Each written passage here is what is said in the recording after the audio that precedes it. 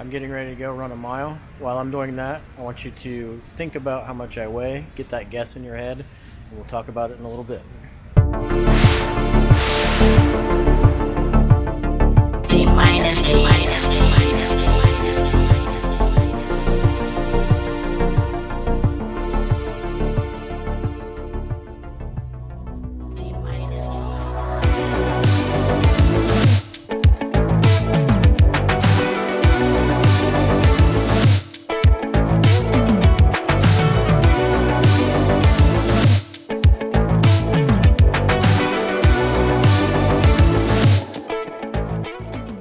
I just finished running my first mile, and I'm going to try to run a mile a day for the next 7 days. That's one of the challenges I'm making for myself this week. There are other challenges coming up, but first,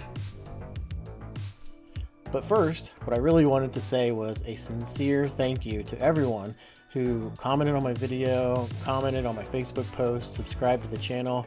It really means a lot to me, and it's easy to forget how cool people really are because we have a lot of divisive issues going on. We have a lot of people talking and arguing online, and it was just such an outpouring of support for me, and it's kind of hard to believe, but I appreciate each and every one of you, so thank you very much.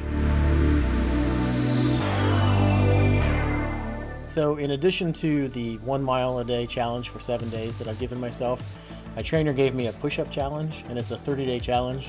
I'm going to break that up into 7-day challenges as well.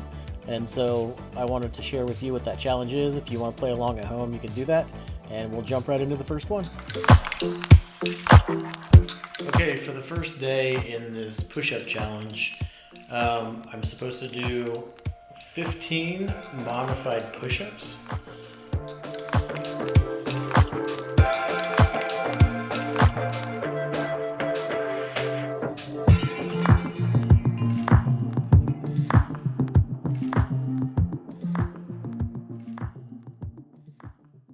One of the hardest things probably for me is to say what I weigh. And I contemplated keeping that to myself for a longer period of time, maybe into like episode 10 or something when I had lost some weight.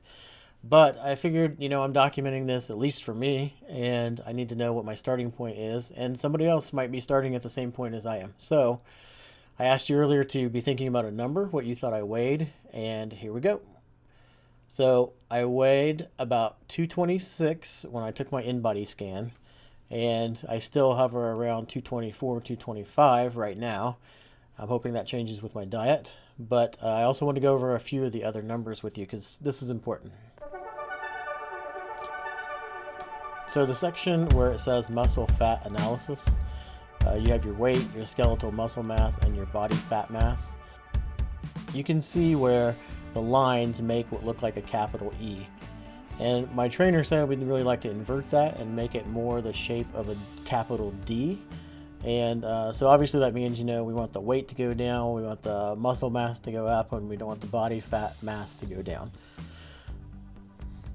Under the obesity analysis, you can see where it says BMI, and that's kind of marked out. And that's because my trainer had a really good point that BMI was something that was invented for insurance purposes, and it's kind of a really, really broad generalization because you could be my height but completely muscle and weigh the same amount that I weigh or more and be way healthier than I am.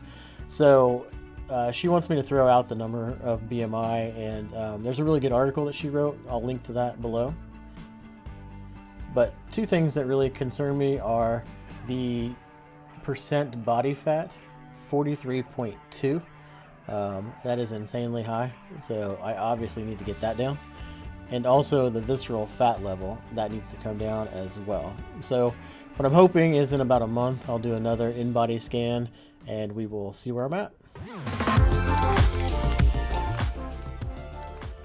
Okay, finally I wanted to end on just a few things here. One is something that happened to me, and I'm trying to be as honest as I can with these accounts. So at my last training session, I was struggling to do some very basic things that I could have knocked out easily when I was in shape, especially when I was younger.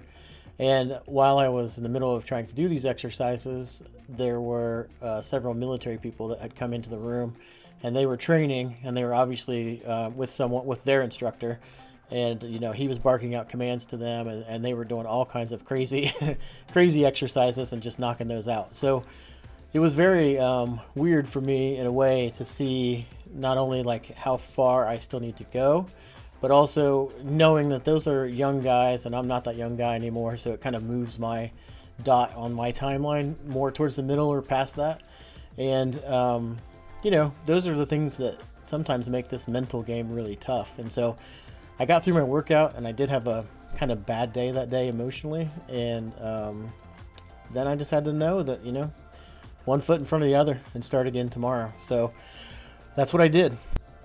And so putting one foot in front of the other, I'm going to continue to try to be active, especially on what are my quote-unquote rest days. If I can get out and do some hiking or walk the dog or do anything like that, I'm going to try to do that. I also want to incorporate some stretching into my routine because I am seriously just not flexible at all. It'll be about 4 or 5 months before I can touch my toes, but I'm going to keep working towards it. So I appreciate everyone who is continuing to follow along, sending me messages, and if there's anything I can do to help you, let me know. I will see you next week.